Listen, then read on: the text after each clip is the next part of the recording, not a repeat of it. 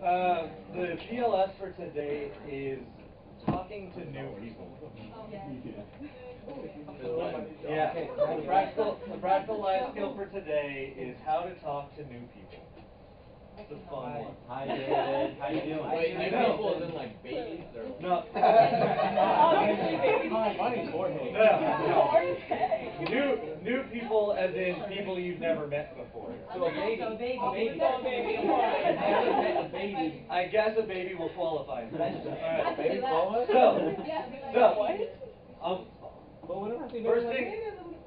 First thing we Starts need. talking back. Whoa. Alright, give me the Nerf gun. Give me the Nerf gun. Here's some ammo. Alright.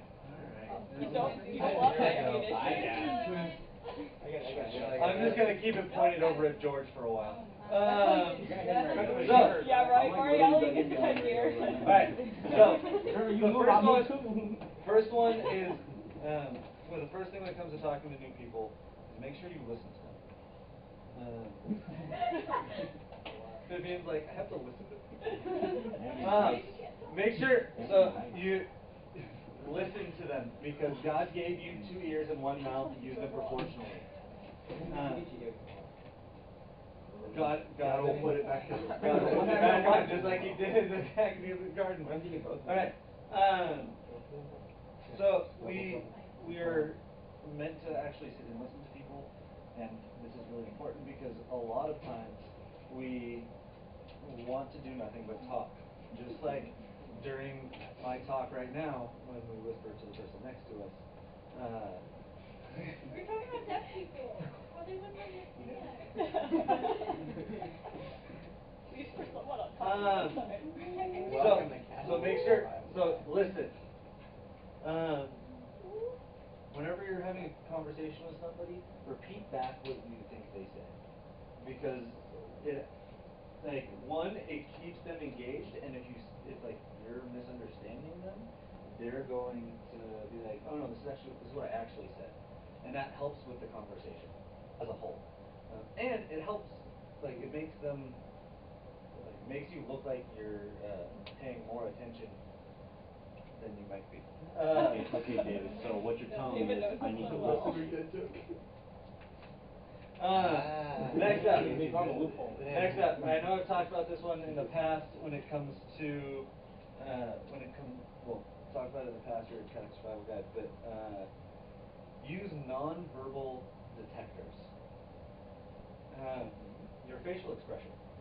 Whenever you're having a conversation with somebody. That's my flaw in life. So if you're sitting there and you're having a conversation with somebody and you're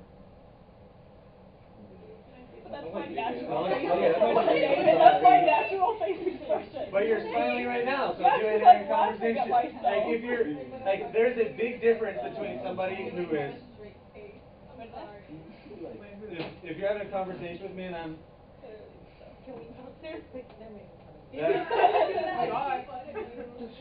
Pointing out the fact. It's true. We're trying to.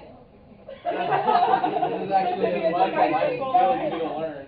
That's the man speak. So your facial expressions are a big part of it. Eye contact. Yeah, make eye contact because your eyes are the gateway to the soul. And especially in the conversations that we have here, you're having a conversation that is trying to help somebody's soul. You need to understand where people are coming from, and being able to make eye contact with them is huge. Not creepily, but if I'm sitting there like, huh? Okay, hold on, sidebar. My wrestling coach in high school. You wrestling? Yeah, I was a wrestler. My wrestling coach in high school, he had been a Olympic level wrestler, and one time, someone reached around and plucked out one of his eyes. Ow. Wait, ow? Yeah, but so it was dangling. Oh. And so they had to put it back in, but it wouldn't go back in all the way. Oh, His eye is like this, and so they went in for the other one and pulled it out more, and so his eyes oh my God.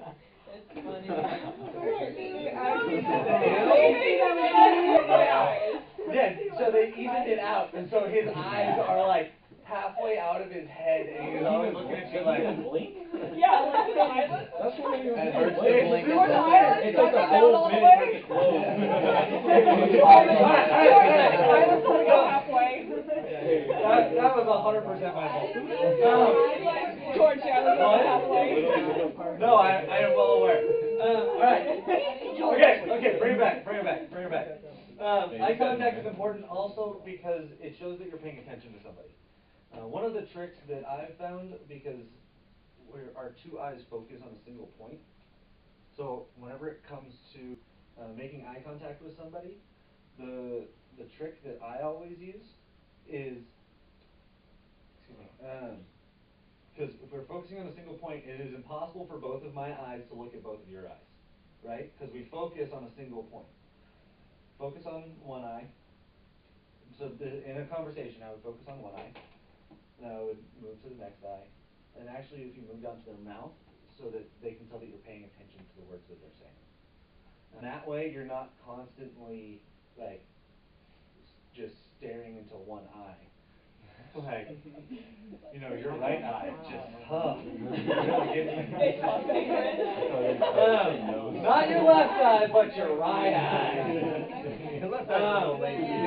The right one. So, but that way you're on and you can use that rotation of one eye to the other eye to their mouth in a conversation, because I use this all the time, and it really does help. One, it helps you to pay attention to the things that they're saying, and two, it helps them to feel like you're participating in the conversation, because if we stare into a single point, it's a lot easier to zone out. Your voice. My voice is obviously very loud.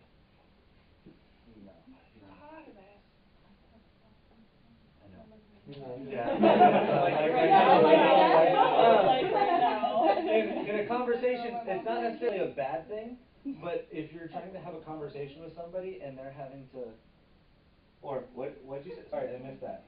Over and over again.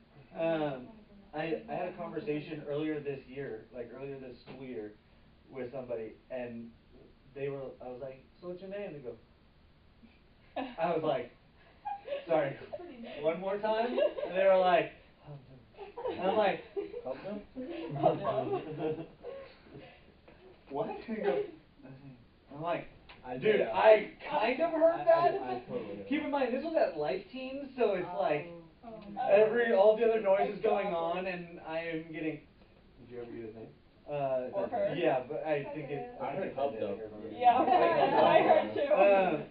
Here's where George So, and also keep in mind your tone of voice. Your tone of voice is also important. If your tone of voice is,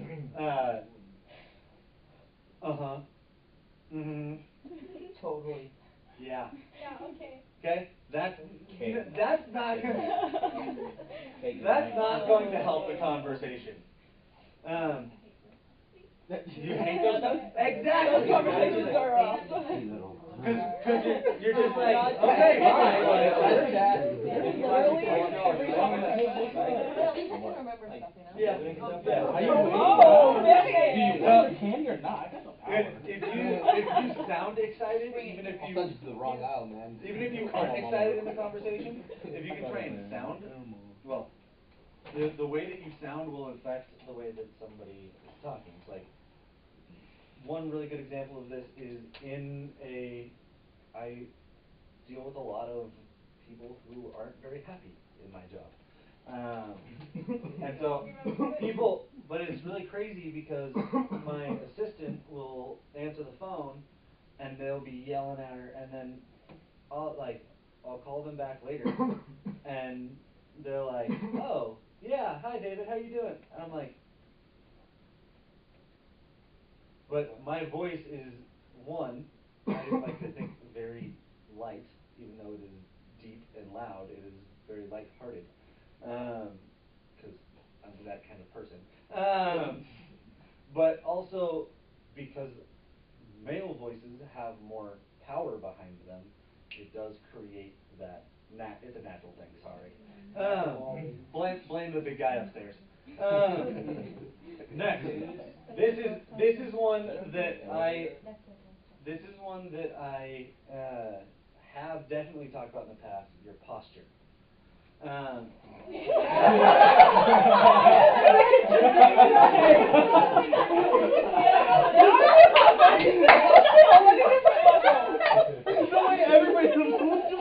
Everyone was like, "You're right. We have talked about this in the past." Oh my God. That was perfect. Hold up. For those of you watching on YouTube, every single person in the room went from slouching to sitting up perfectly straight at the exact same time. Oh man. So, That was perfect, especially for my view of the sign. Your posture. oh my. Okay, We have the video we're of bringing you it back. breathing in the Bring it back, back. crying. All you're gonna see. Yeah, George, look at the camera. Oh, it's all dude. You look irritated in your posture. I just remember you telling me like every time I cross my arms, every time I know I cross my arms like going on my mask, like I just be like, what am I doing? So here's the thing: is if I'm sitting down over here, I'm gonna move so I know that I'm in camera view. Okay, so if I'm sitting and I'm like having a conversation like this, I look engaged, right? But if I'm having a conversation like this, leaning back, arms crossed, like, and I don't look engaged, do I?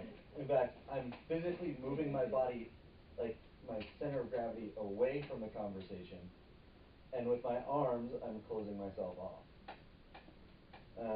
So the way that we hold ourselves, I've talked about it in the past, is important. And I know some people grew up apparently where folding your arms is like a sign of being intrigued. I've never encountered that. It's like you gotta have like half full and then throw full off. Yeah, it's a. Oh. Okay, that's my family. Or you're like so I strolling know around it. with a little facial hair. Yeah. It's Hey, it's growing, I swear it'll get there. all the girls in the room like, I totally get that. All right. So after posture is your breath. So if you are anxious or you are angry, you find yourself breathing quicker. So the trick, and I read this and I was like, whoa, this is super cool. If the longer you breathe out, the lower your heart rate and the lower your blood pressure. So if you're super stressed out, if you're super stressed out, you're like, okay. A sigh is based off of that because it is a quick intake. Sorry, it's a longer intake and a quick exhale. Right? Right? So, yeah. And so and when it comes to your breathing, if you're sitting there and you're breathing evenly, people are going to want to have a good conversation with you. But if you're sitting there and you're sighing a lot, you're breathing really quickly, that makes a really awkward conversation, okay? If you're panting, you are panting in the middle of a conversation. Licking out of your water bowl.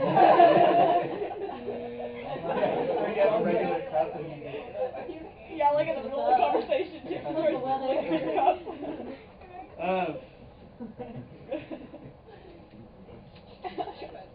One of the big things that I've already been talking about is attention. Make sure that you are paying attention. It is very easy to have your attention wander. Kind of sad Monte's not here because she would be like, preach! But it's so easy to have our attention wander. A study showed that about half the time in conversations we spend in conversations, our mind is wandering, worrying about the test that we have the next day, or the whatever happened earlier in the day, or what. 2 hours. That one's big. But in these conversations, you need to make sure that all of your attention is put onto the person. One person who was really good at this was JP2, and Mother Teresa. They were said whenever you had a conversation with them, it was like you're the only person in the world. Now I just want to say, as the Pope, he has to be everywhere. Okay? If whenever he has a conversation with somebody, it's like he can make it so it's like you're the only person in the world. The fact that you have a test tomorrow, like he literally has to be on the other side of the country 20 hours ago. Okay? That's his schedule, and yet he had the ability to sit down and look you in the eyes and make it so that every time that he spoke to you, you're the only person that existed. So it's impressive, and it's something that I know I aspire to, but it's something that we should all aspire to. And finally, authenticity. This is the final of the nonverbal detectors. Is authenticity. If you are not being authentic with somebody, they're gonna know. If whenever I walk into the room like, yeah, it's, yeah, it's that. Oh gosh, like this is not David. Don't ever do that. Especially in that voice, like George said. Howdy, y'all. My name is David. Howdy, y'all. There's a snake in my boot. There's a snake in my boot. Anyway.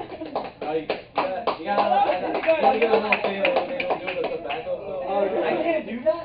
Yeah, how do you? Like, Anyway. Too much practice. So. Okay. So, but be authentic. So, if you're tired, it is okay to yawn and be like, sorry, I'm really tired. I had a rough night last night. Like, it's okay to be honest with somebody because it shows them that, you know, okay, hey, look, sorry, I do really want to have this conversation, but I'm super tired, so I'm sorry if I drift off a little bit. Or it makes it so people understand whenever you're honest with them about your mental state whenever you're having a conversation. Okay, going back to the main topics of talking with new people, avoid snap judgments. Because it's super easy to look at somebody and go, meh. Hey, that's a drug dealer. She is obviously not chaste. The door is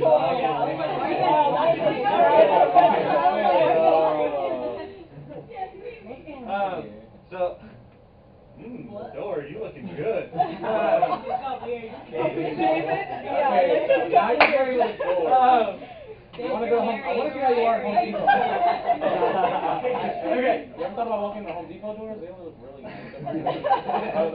We're having a discount. Second week in a row that George has made a plug for Home Depot. Yeah, they're like, Don't see me do that. pretty sure he did that like But don't make snap judgments. And yeah, this weekend he made a And make, if you find yourself doing it, those are the people you need to go talk to.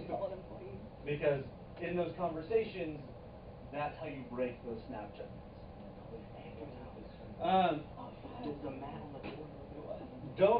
Don't assume everyone's going to agree with you.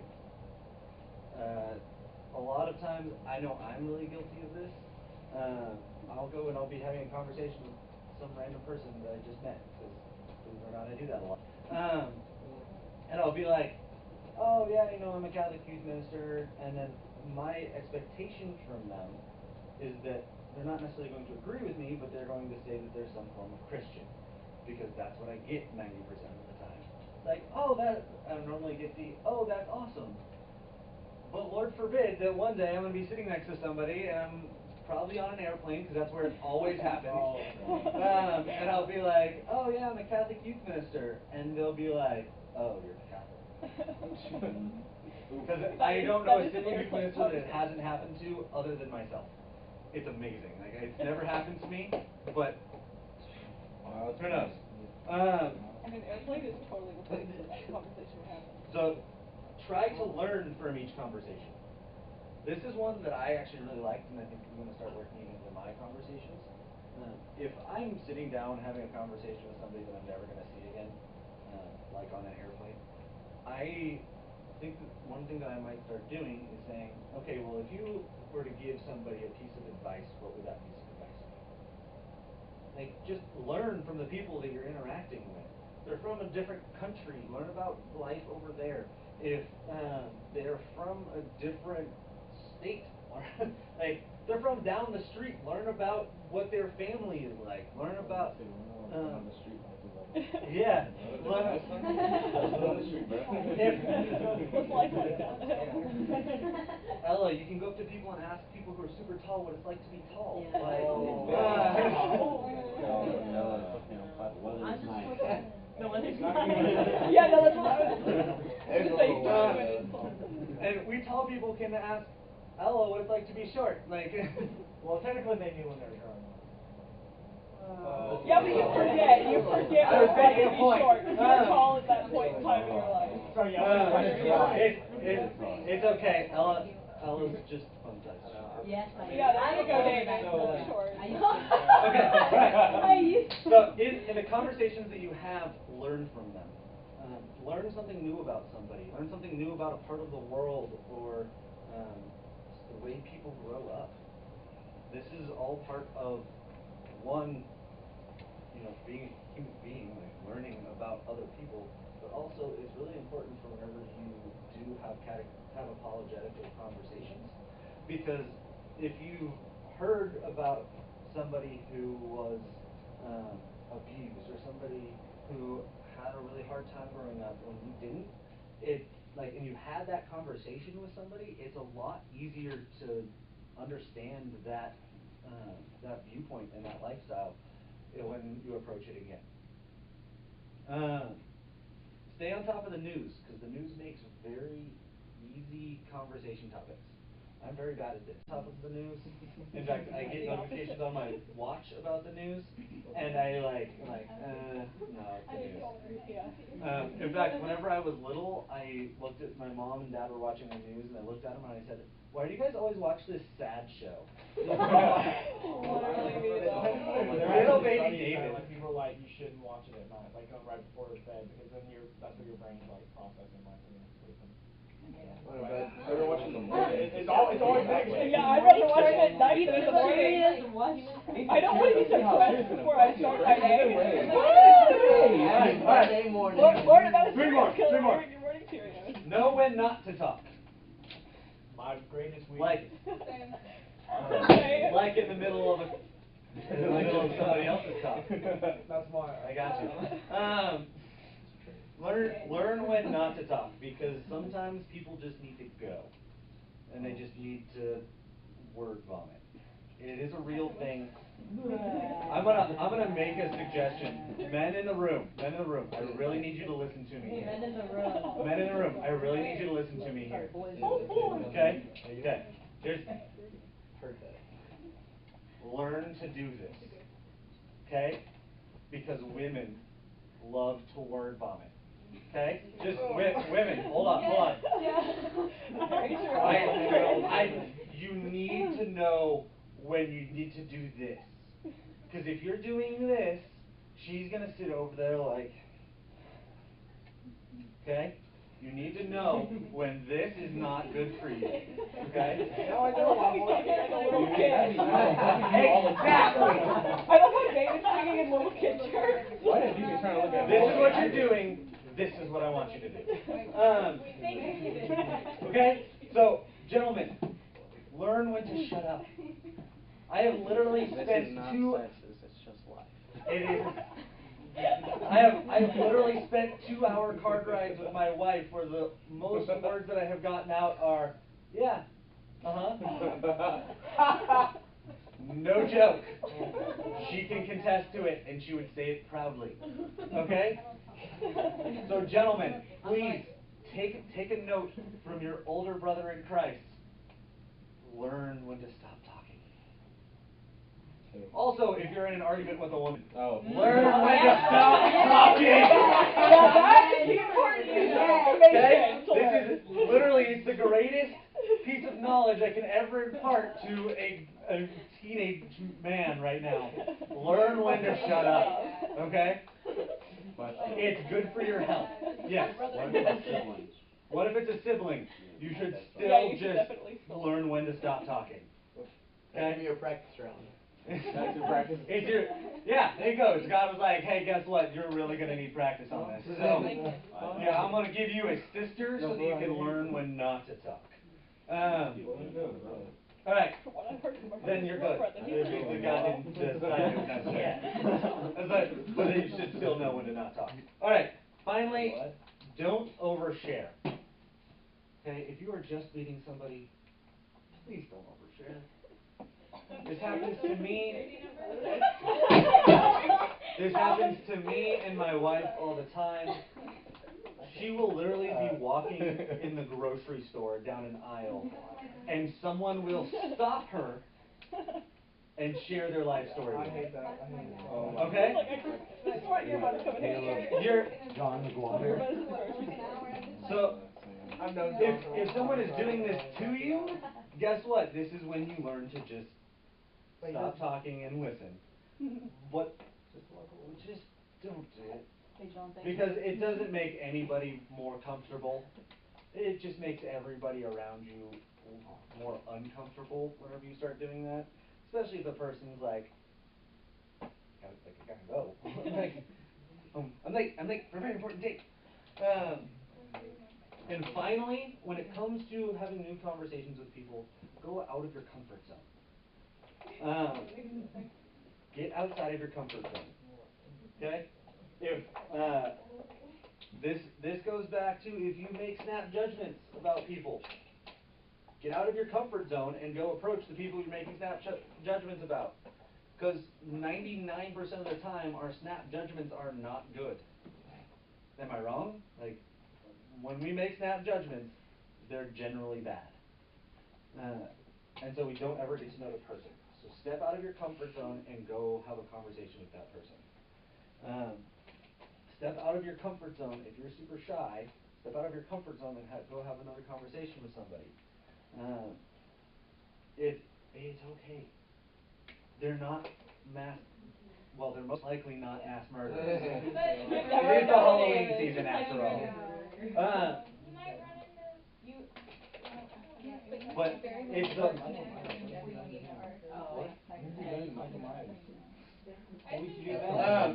so Eve. Sorry, I read it. okay, so getting outside of your comfort zone is very important. And I'm going to say, for those of you on youth council, it is even more important because you do your own recruiting. Congratulations. The conversations you have with people are what makes youth council grow. And the conversations you don't have with people are what makes youth council shrink.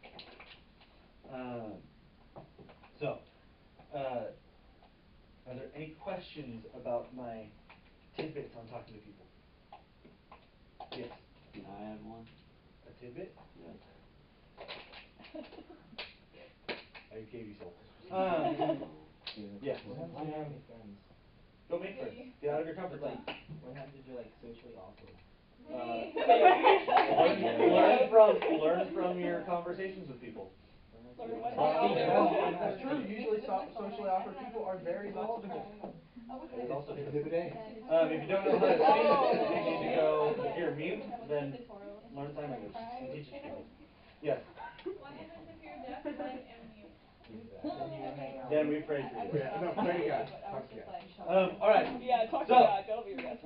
Emily, can you hit the record button again? Thank you. Bye. See you next week.